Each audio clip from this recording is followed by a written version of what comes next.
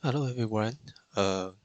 Today we are going to continue uh, the last week portion of the anaerobic treatment process.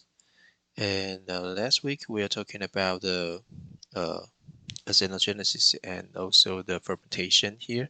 So we just mentioned that here for those acetogenic reactions, they are coming from like the after the hydrolysis, those high molecular chemicals will turn into like a sure or low molecular substrates such as amino acids. Carbohydrate turn into the like sugars, and those sugars will get into like become VFA, such as the butyrate, acetate, and also the propionate. And during that moment, it will generate like bicarbonate and become the bicarbonate and also the hydrogen gases. And for those conditions, they will also acidifying the environment get into a low pH. And so about those bacteria, they will turn the sugars get into the VFAs. They will get like a much higher delta G0, so which means they will have like more free energies harvested from these reactions. And let's move to the next page here. So as we just mentioned, the products from the acetogenesis is VFA, bicarbonate, and hydrogen gases. And also about those hydrogen gases, these hydrogen gases, their concentrations in the whole systems will affect the byproducts at the end of this stage. Which means, because as we can see from the previous table, if you will get like a more uh, short uh, fatty acids such as acetates, you will generate like more hydrogen gases here. So which means if you left more hydrogen gases in your reactor, and then the efficiency to turn those sugars get into the acetates will getting lower. So which means we know the methanogens, those bacteria that consume the hydrogen gases to get uh, more like methane gases produced. So we call that scavenging organisms for hydrogen gases. And if they are effectively remove hydrogen gases, you will get more acetate as your byproducts for your acetogenesis.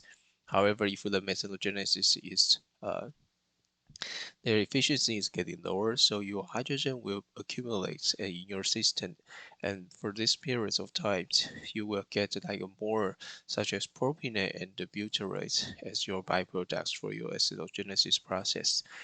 Okay, and also probably they will get like a lactate or alcohols as their byproducts. So, which means they are complicated microorganisms overall in your whole systems. So which means if you get like imbalanced byproducts left, probably you won't get too much like the final product methane and carbon dioxide for your end products for your I mean for your anaerobic biological treatment system. Okay, so here they also talk about this. So we just saw that acetogenesis, they got relatively higher delta G for their during their metabolisms. So we can find out that the acetylfine reactions here is the highest reactions for their free energies in all the anaerobic conversions. Okay, so which means those bacteria will become like a dominant species that got like a fivefold higher bacterial yield than the other methanogenesis or the acetogenesis. So for these reasons, so we just can see lots of the community that are belonging to the acetogenesis, and then you will get like the pH drop from your system. So which means Alkaline balancing for your reactor is quite important to maintain those methanogenesis and acetogenesis to staying in your reactors, not to be too inhibit from your systems. Okay, so we can take a look about their differences between their case and also the true yield, about the acidogenesis and also the methanogenesis, those two communities in your aerobic treatment systems. So you can see here the true yield is about like a five-fold differences from acidogenesis and the methanogenesis, and about the mu maximum here, you can also see like about 20 times differences from these two community. So which means they are quite different from their uh, true gross yield, or their populations will be exist in your anaerobic community. Okay, so for the next stage is talking about the acetogenesis, and we just mentioned that acetogenesis is turned the short chain fatty acids such as we saw previously, the propionate and the butyrate, to turn them into acetate and produce uh, like acetate and the hydrogen gases and the carbon dioxide by the acetogenesis bacteria. Okay, so which means the final end products here will be the only two carbon fatty acids, that is acetate. Okay, so let's turn into the next pages here. So we can just also follow in the table, the following table here, and we can see they are turned into like lactate, butyrate, propionate, and those are the main byproducts for your from your acetogenesis. So get into the acetate. Okay, get into acetate here, and during that moment they also generate hydrogen gases and bicarbonates. And okay, however, you can observe here their delta G value is quite low for some negative portions, and sometimes even get a positive volume here. So which means sometimes they are not simultaneously occurred reactions during the standard condition, under the standard conditions. So which means if you are going to turn these reactions happens in your systems, you have to like control the specific conditions for their to make the reactions happen in your system. Okay, so the long CF, okay, which means the long carbon chain fatty acids, they are converted to the acetate by the beta oxidation reactions.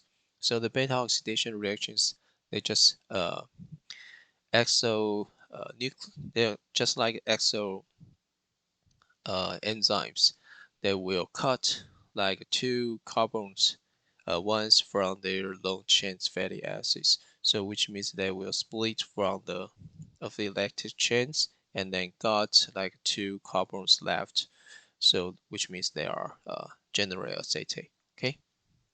So again, the xenogenic bacteria, you can see if you would like to produce better produce your acetates, then the products byproducts concentration of the hydrogen gases is also the inhibitory factors against your acetogenesis. So if you would like to trigger the reaction happens, you have to lower the hydrogen gases concentrations in your systems. Okay, so they will have the better reactions efficiencies from your system. Therefore, to let the hydrogen gas is getting lower, they also have to balance in the hydrogen producing acinogenic bacteria, uh, and also the hydrogen consuming the methanogenic bacteria, as we just mentioned previously. So the hydrogen levels, they're by the theoretical calculations. If you would like to, the acetogenesis reactions happens more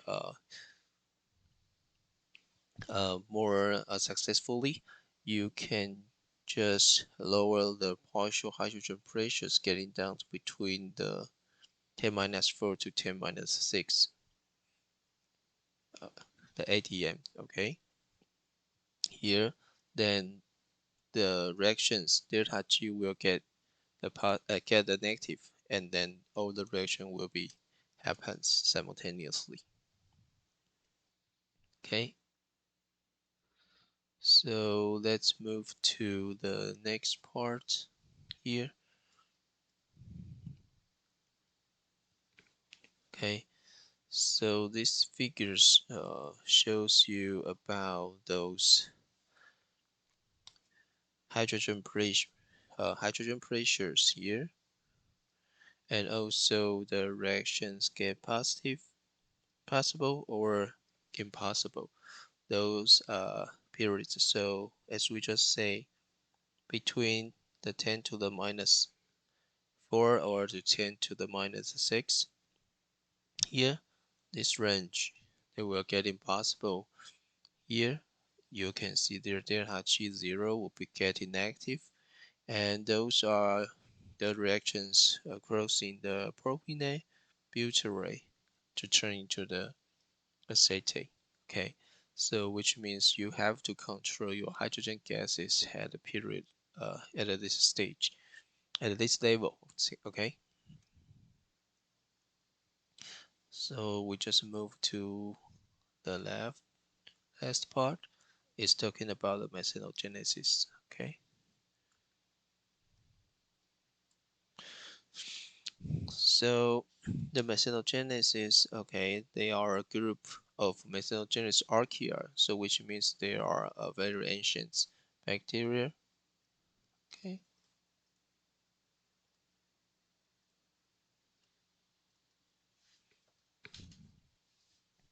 okay, so they are able to like reduce CO2 to methane using hydrogen as electron donor. Okay, so that's why they are consuming the hydrogen gases from the system. Okay, and okay, so sometimes another like a group of methanogenesis, they are using acetate, okay, and doing the decarboxylation. So to form the methane, so that's another group of methanogenesis that happens in your system. So your final products, as we just mentioned from the acetogenesis, they are acetate and hydrogen gases and also CO2. So combining those byproducts, the two methanogenesis will happen and live in your anaerobic system. Okay, so that's why you will have like one is the acetate converting methanogen, and also another one will be the hydrogen utilization or hydrogenotropic methanogens. That's two groups. Okay,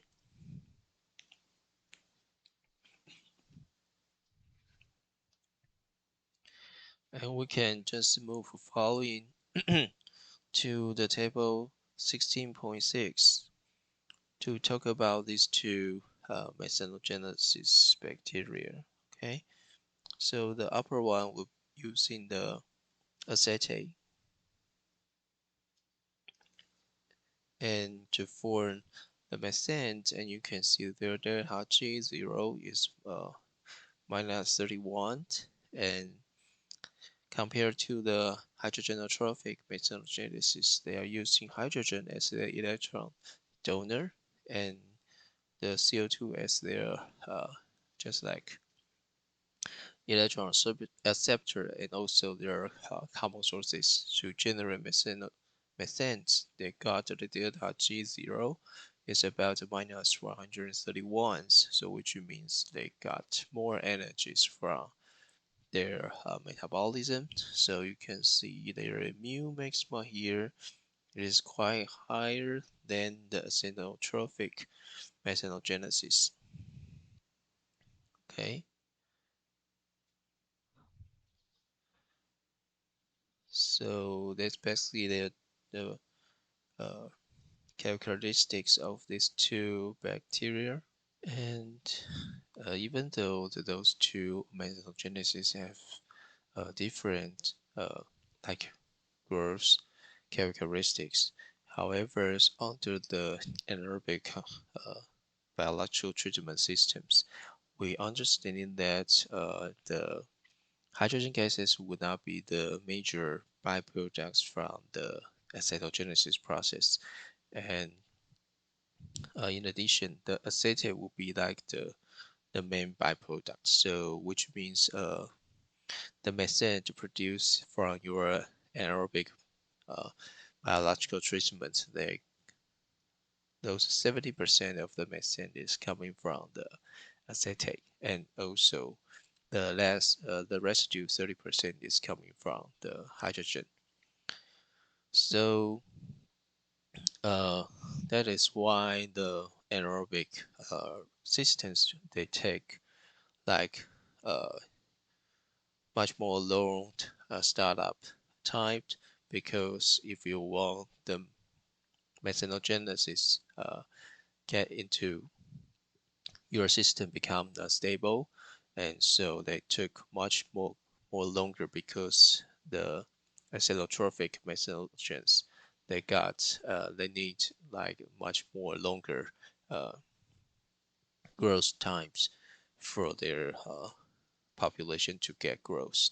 Okay, so that is why the methanogenesis still got the major like dominant community are still from the acetogen, uh, uh, acetotrophic methanogens.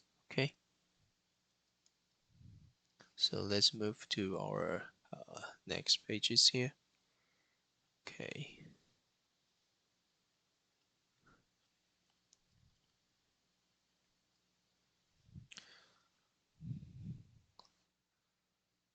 so uh, about those methanogenesis bacteria, there's two communities. One is called the Sarracenia. Another one is called the Methanosortia. Okay, so those two methanogenesis they got different properties of their during their metabolisms. So for the first ones, okay, they are like collie shape. So collie shape is okay, 球状. Okay, so they are converting like acetate, hydrogen, uh, carbon dioxide, and also sometimes they use like the methylamine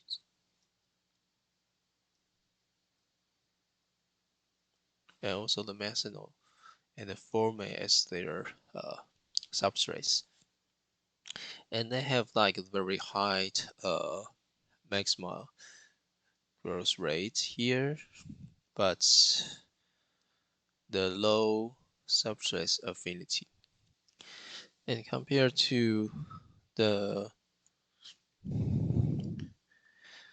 Mesocercina, those Mesinocelia, they are like can only convert acetate to generate the methane, and also they got quite low maximum growth rate and very high substrate affinity.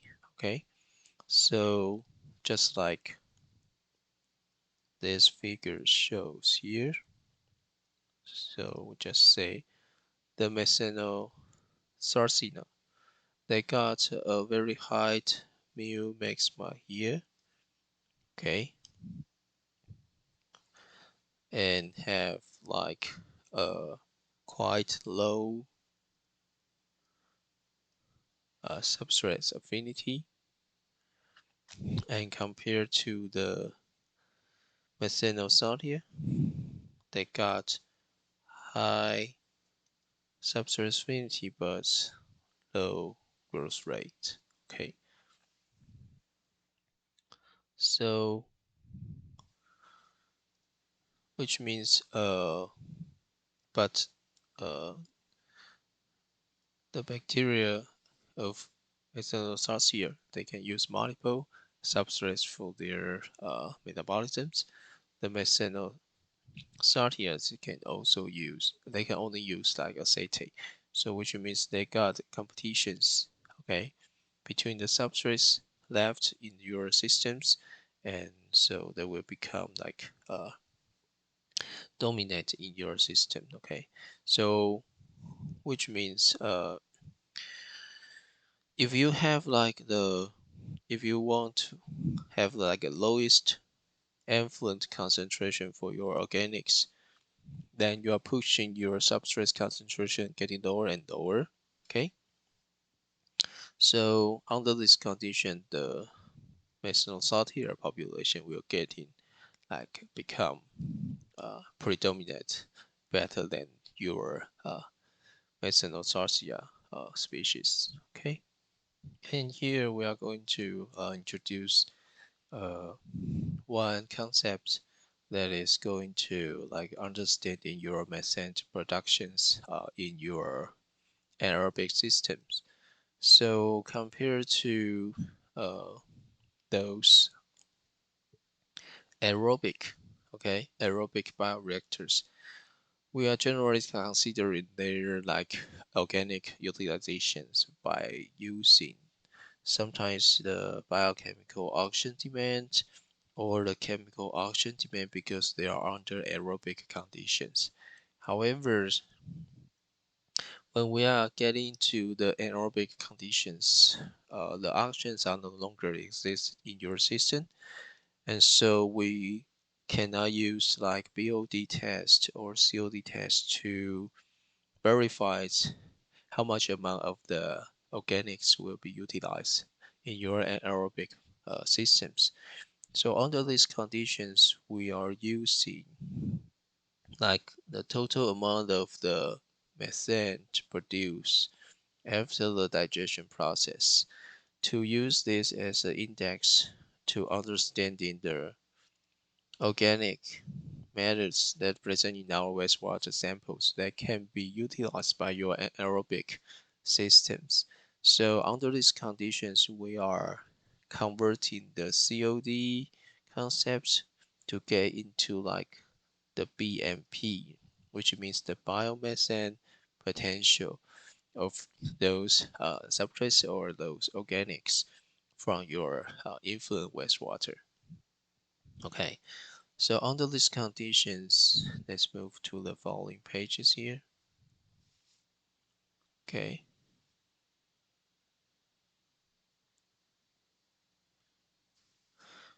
so here is the COD calculation. We won't get too much into this. So we just would like to let you guys know about one thing is COT is compared to the auctions utilization, and also here we introduce additional one is the TOC here. So TOC is the total organic carbon. Okay, so which means after you calculation the COD, you can get also the TOC numbers here, and you can put them with like a COD to TOC ratio. So here is the way you calculate the COD. You can just move back to understanding the following previous equations, and we just discussed previously from the chapter 5. And this is the TOC, which means you got how much number of the carbons here, and 2 times 12 is the atom, the molecule weight of your carbons. So you will get like a COD to TOC ratio, and this ratio sometimes we are very useful for the anaerobic systems to evaluate about the compounds. Okay, the compounds they are easily to be oxidized or to be easily reduced to methane. Okay, so as we just see here for the methane, okay, if you're doing the calculation for your COD, you will get like the number of 4 here. And if you calculate the TOC, you will get 0.775. And so your COD to TOC ratio is about 5.33, okay? So compared to their carbon oxidized states, okay? So the carbon oxidized states, which means those carbons in these organics, what's their oxidation state is.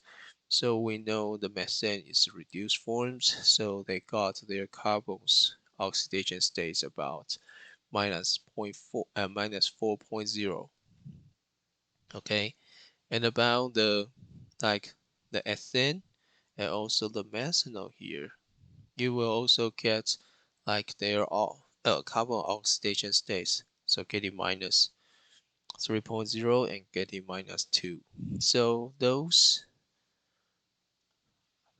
carbon oxidation states, they are related to the methane productions during the anaerobic bioreactor.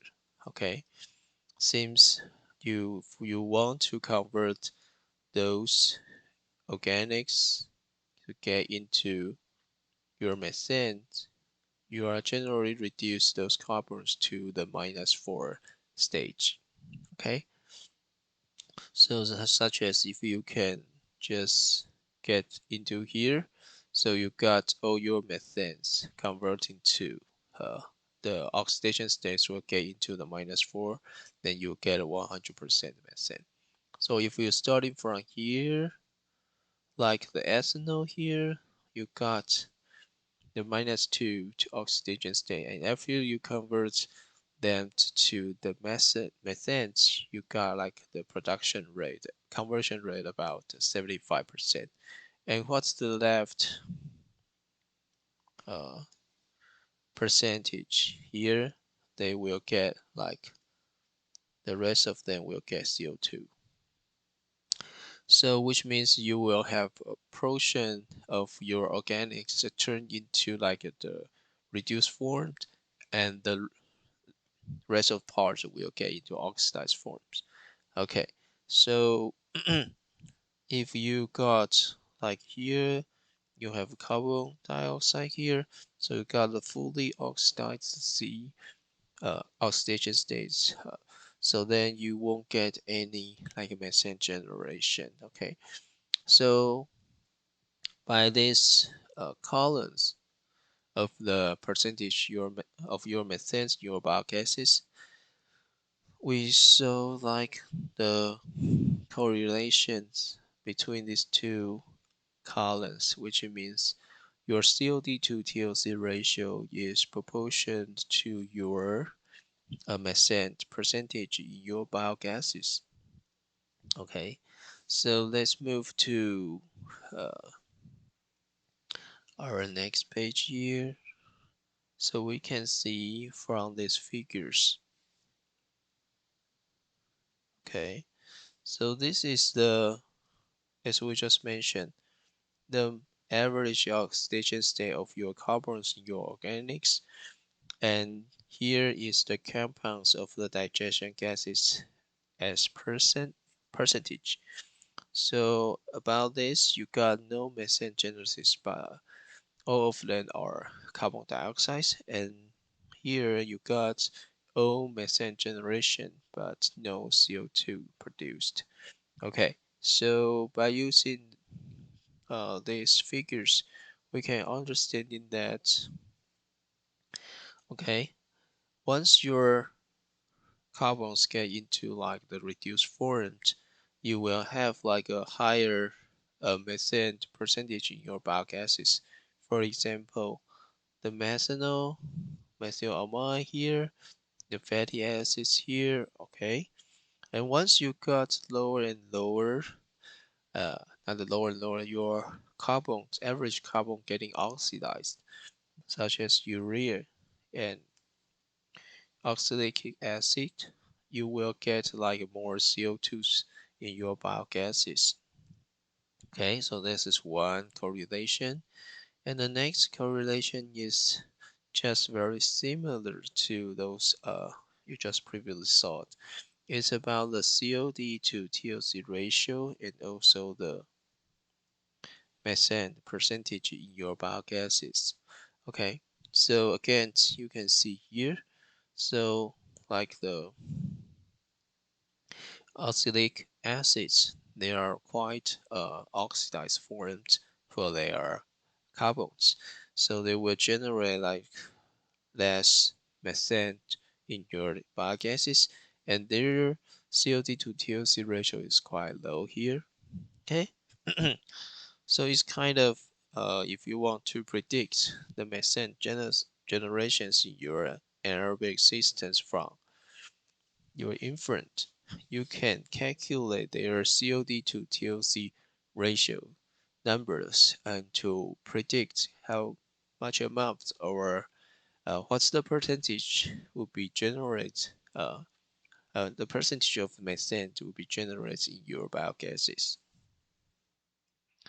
Okay, so that's quite very important factors and index in your anaerobic system. Okay, so let's move to the next page here. So we are going to talk about the impacts of alternative electron acceptors. So under the anaerobic conditions, if you got some oxidized inorganic nutrients get into your systems, you will turn the system get into like anoxic conditions.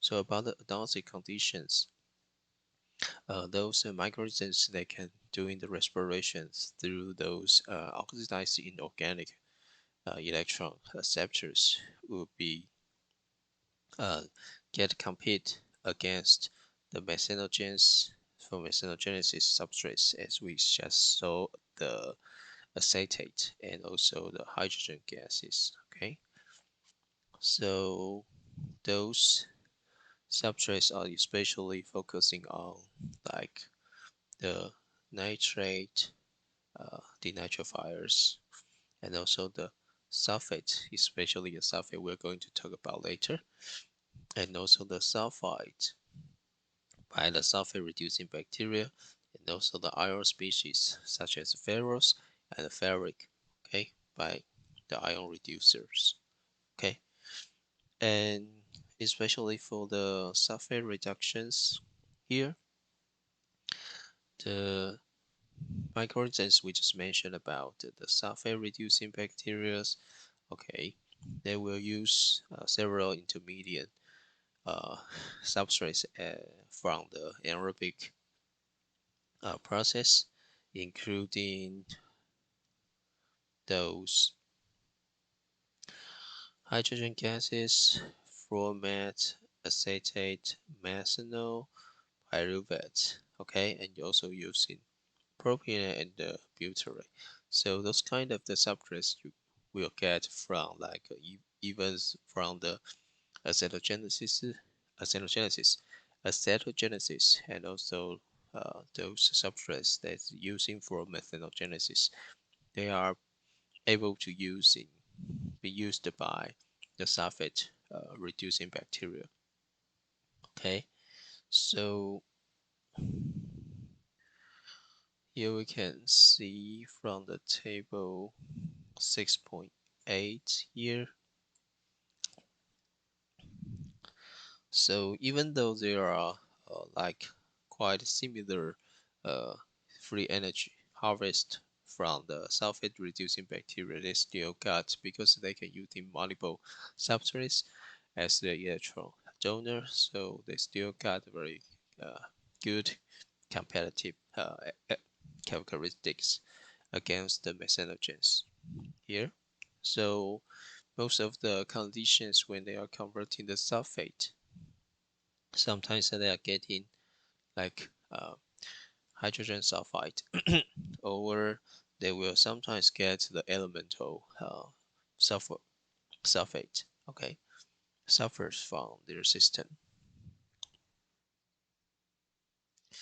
and those hydrogen uh, sulfide will turn into uh, kind of a toxic chemical to the methanogenic archaea and also the cyanogenic bacteria. Okay, so it's kind of the uh, serious problems when you have too much like sulfur reducing bacteria in your system, or you have like lots of the sulfate in your anaerobic influent that will reduce your methane yield because the inhibition.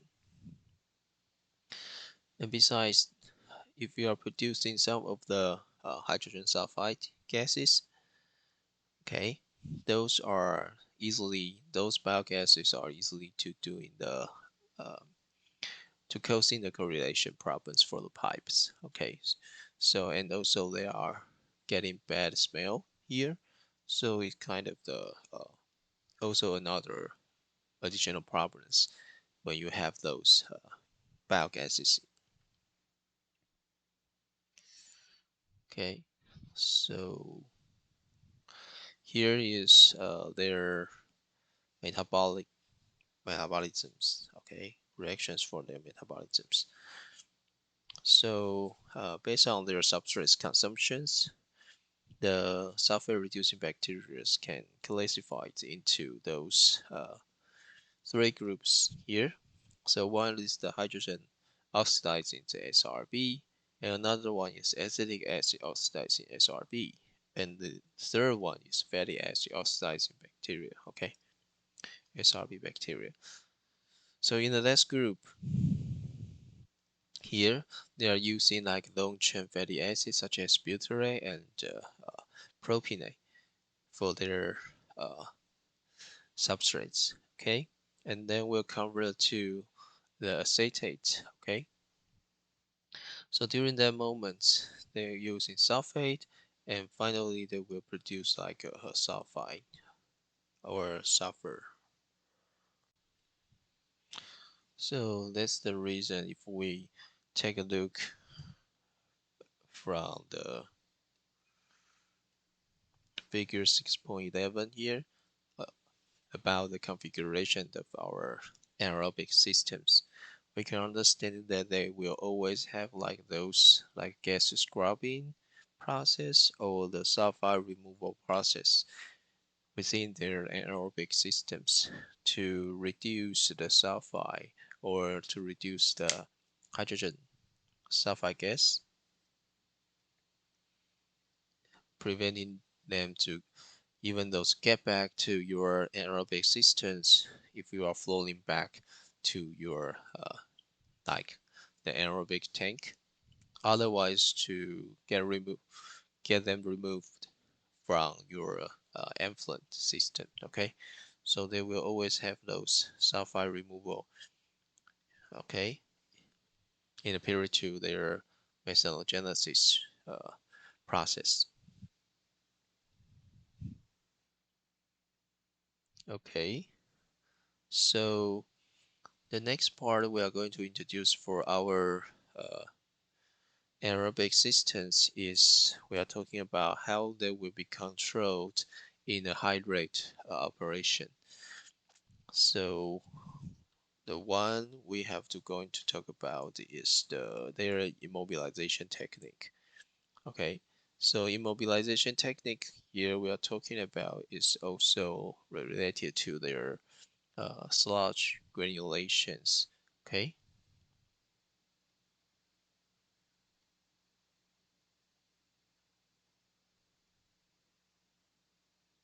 we call the 颗粒性污泥 here.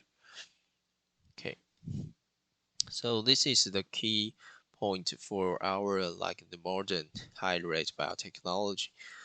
If we can just accumulate or uh, to get those sludge aggregates in a very compact way. Okay, so in these conditions, they are be able to accumulate high or large amount of the biomass in the systems. Okay, so this is the key point here. Okay, and sorry, sometimes when we are going to have those granular sludges here, and we will have providing them the inner support material. Okay, so those matrix will help the bacteria to grow in on those materials and to form like biofilms, and sometimes they can have like a much more higher biomass accumulate here. Another one would be like using like moving bed bioreactors and the fluidized bed systems. So let's just move all those inner support material they are floating into their systems. So some of them are just fixed in the system, and some of them just floating around the whole systems here. Okay, so the immobilization of the bacteria themselves is they are doing like a biofilm growth on those inner support materials. Okay, so this is the key points here. Okay. So when we are going to talk about this, okay, the sludge granulation mechanisms here. So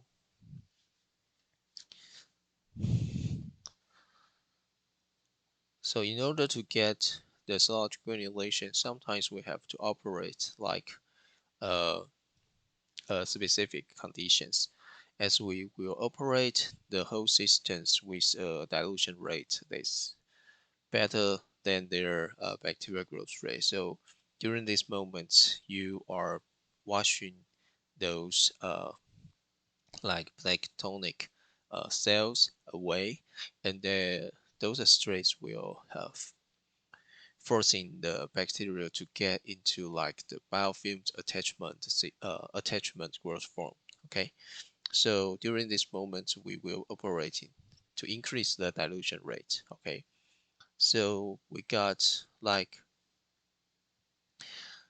if we provide them like a proper growth nucleus, that is as we just mentioned, those inner uh, materials to help the bacteria they can grow on those nucleus, and so the carrier materials they help the bacteria to aggregate even though they are getting like a very high dilution rates.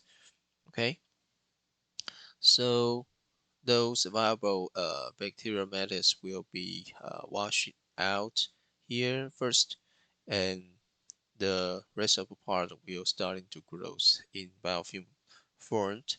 So the film and the aggregate formation will automatically occur if we got just relatively higher dilution rates. So that's kind of the uh, growth condition stress to those microorganisms. Okay, and once the size of the aggregate is getting larger and larger, so those sludge can starting to like to get a better settle tendency, and they will get staying uh, uh, in the bottom on the bottom of the reactor. Okay, So once those aggregates forms, you will starting to accumulate much more higher the biomass concentration in your system. Okay, and because of that, you won't get like too much washout during this period. Okay, so those granules are formed.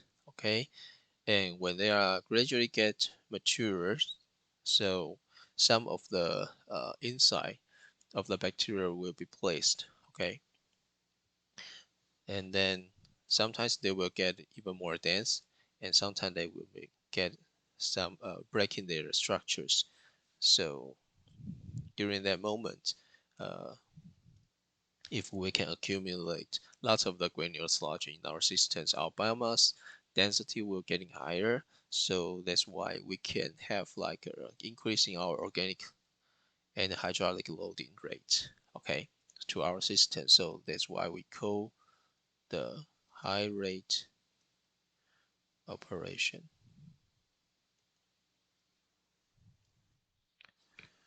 Okay, so this is kind of the pictures for the granular sludge here, and also under the microscope.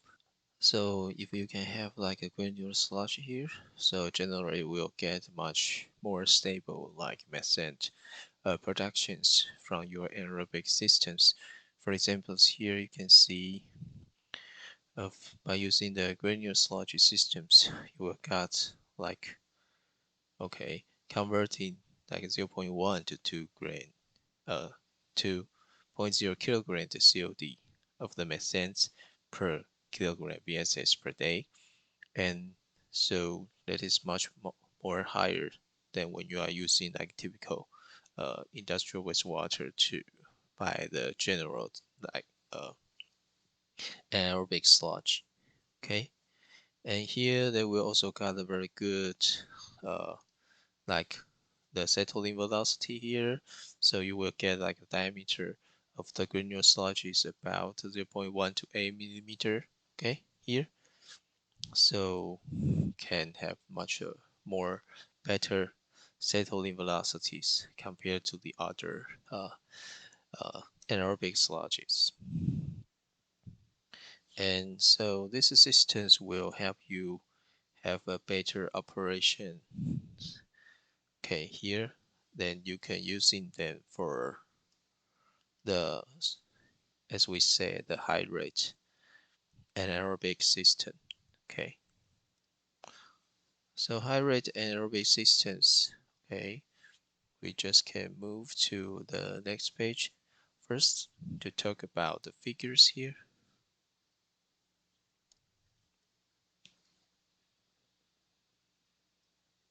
Okay, so here is the typical one, those aerobic sludges when you are using like a completely mixed systems. So while you are using completely mixed systems, you are unable to generate like granular sludge because you are continuously to stir the reactors. So those shear stress will uh, destroy those granular sludges here. So you will just, if you got those aerobic treatment performance as the capacity equals to 1, then if you got like a physical retention to flow back to your anaerobic sludge back to your systems, you probably can get like 5 times more of your capacity. And if you are using like immobilized biomass and using like a much more short reactors here, as we using like a USB system, then you probably here you will have like a granular sludges here, and you can get like the capacity about 25 times more than the CSTR system. Okay, and here is the much more advanced operation system we call the enhanced contact. Okay, the enhanced contact systems. So they will have like the capacity more than 75 times more, and they will got much more thinner and higher.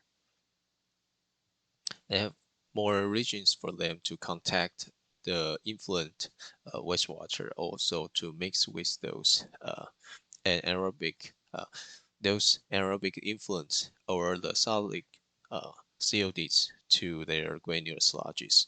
So you will have like more high performance by using this kind of a system.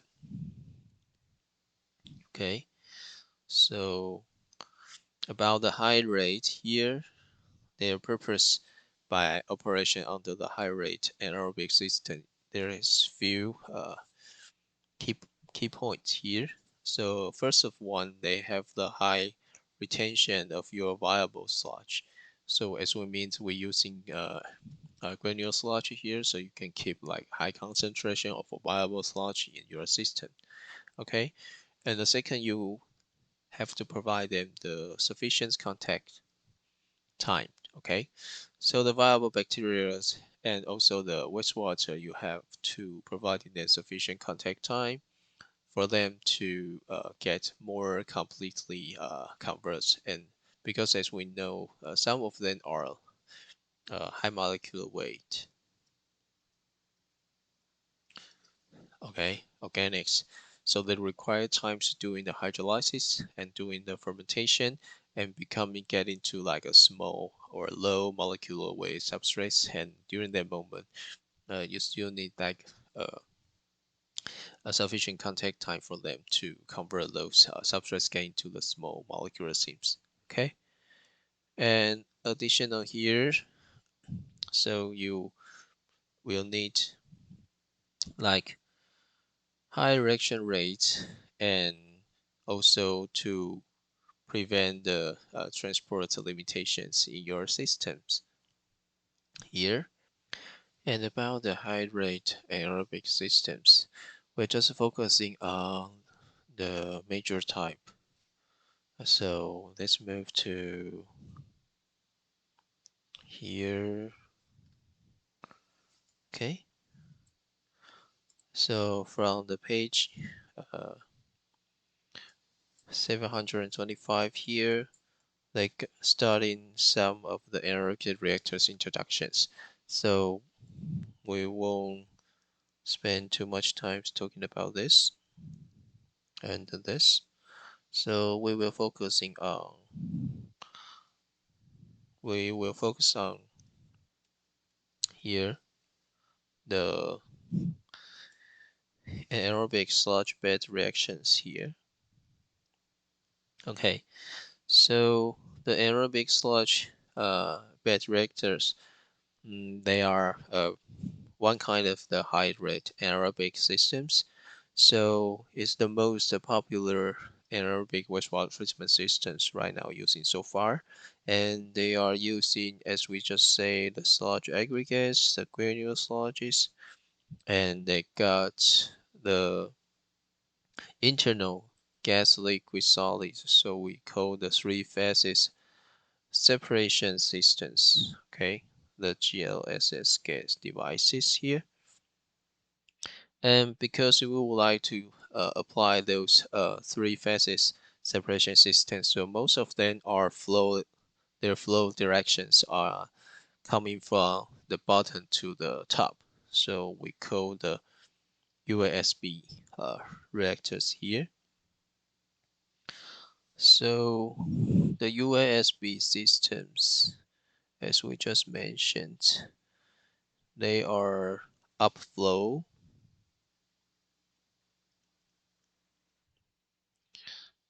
and aerobic sludge blanket reactor. Okay, so which means they are upflow, as we just said, the flow directions is from the bottom to the top. Okay,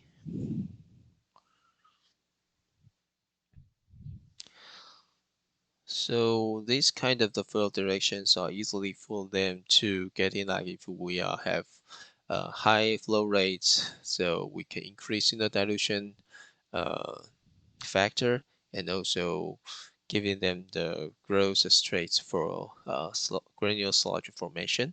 So this kind of the good operation strategies for sludge aggregates, and also is kind of the reverse funnel shape internal GLS device. You can separate the granular sludge and also the liquid and also the gases. Okay, so we can see the following pictures here. Okay, from the figure 16.17 here. Okay, so here is their influence. Okay, and so you got the upper flow here. Okay, so they will get the granular sludge mixed with your wastewater here, and because you got a kind of a high flow rate here, so your granular sludge will starting to get floated up. Okay, so you got the sludge blankets during this stage. And also, when they are mixing with your wastewater, they convert those like the acetate, the hydrogen gases. Sometimes you will have like a methane gases generation. So your biogases will also get raised here. Okay, and then they will have like, as we just said, the three-phase separation devices. So it will install in directly in your reactors, and sometimes they will have like this kind of a shape. Okay, so here is your reactors, and you will get like the okay the buffaloes to count to like to get the biogas get together here. Okay, so your flows coming like this. Okay, and then you will have like a device like this. Okay, here. Okay, so like this shape, and here is your water level,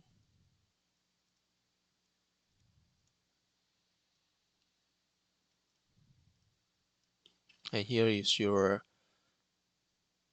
effluent.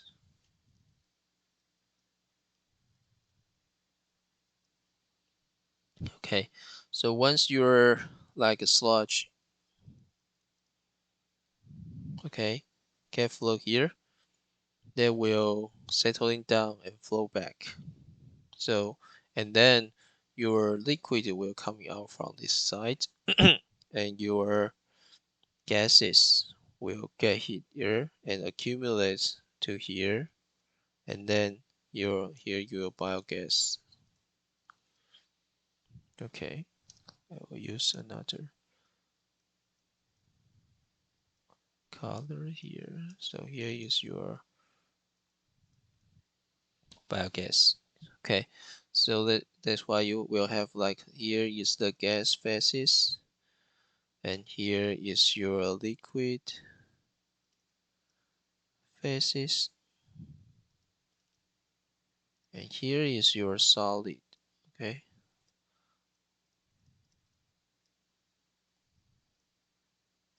so you got three different directions to separate them simultaneously in your system.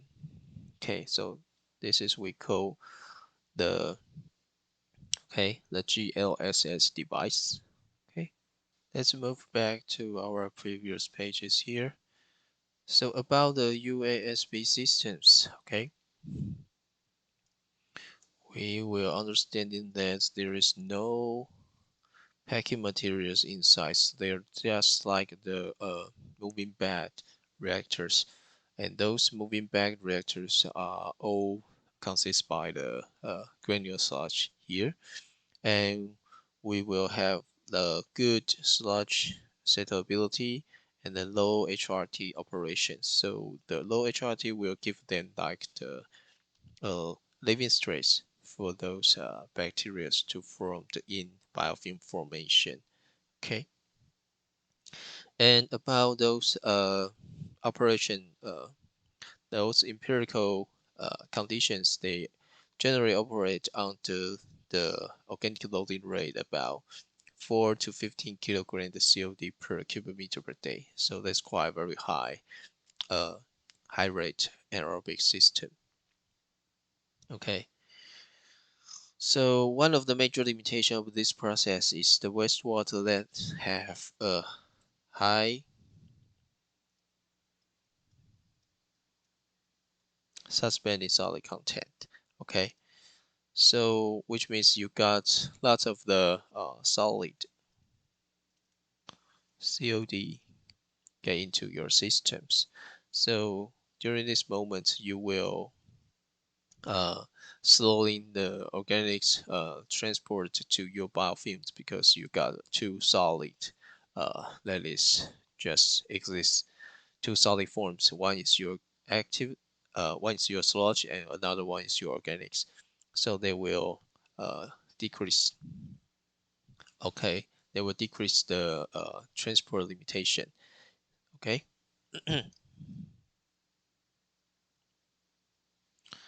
So let's move to our next page here. We are talking about another advanced.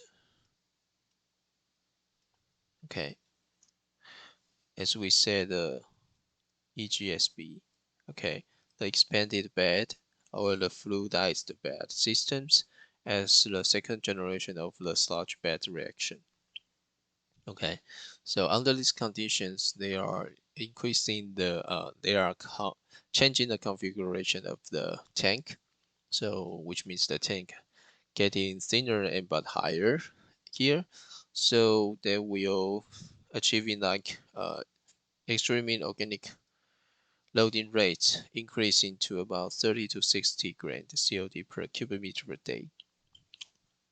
Okay, so this is quite a very high rate, and also the next generation of your USB system here.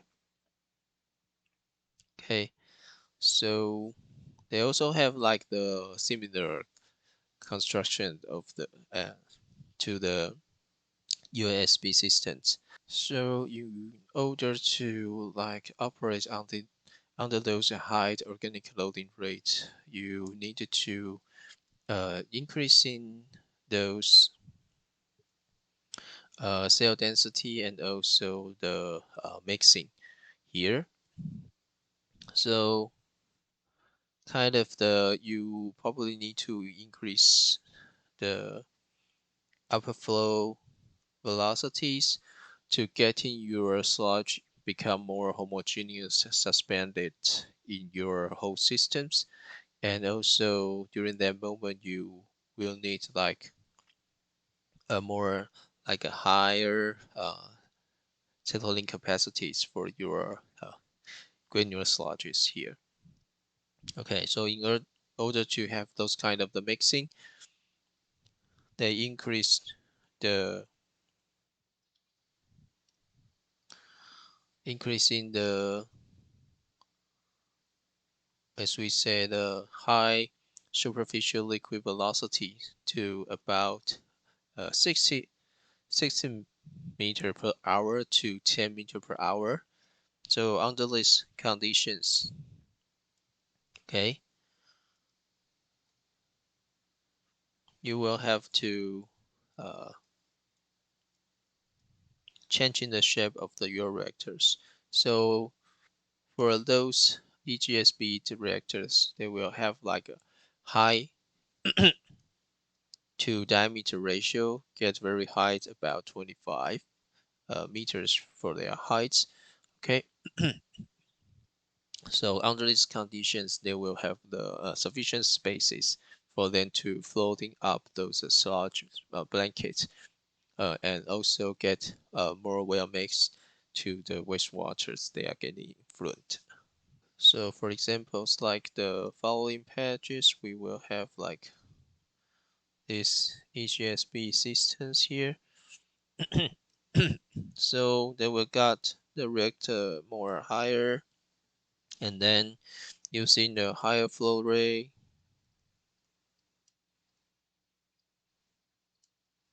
to suspend all the granular sludge up to the whole systems, and they still got like the gas collecting space here, like the three phases separation system. Okay, so the expanded granular sludge beds, they will mix like entirely all the upmost spaces from your reactors, and cut the center unit and also the effluent out from here.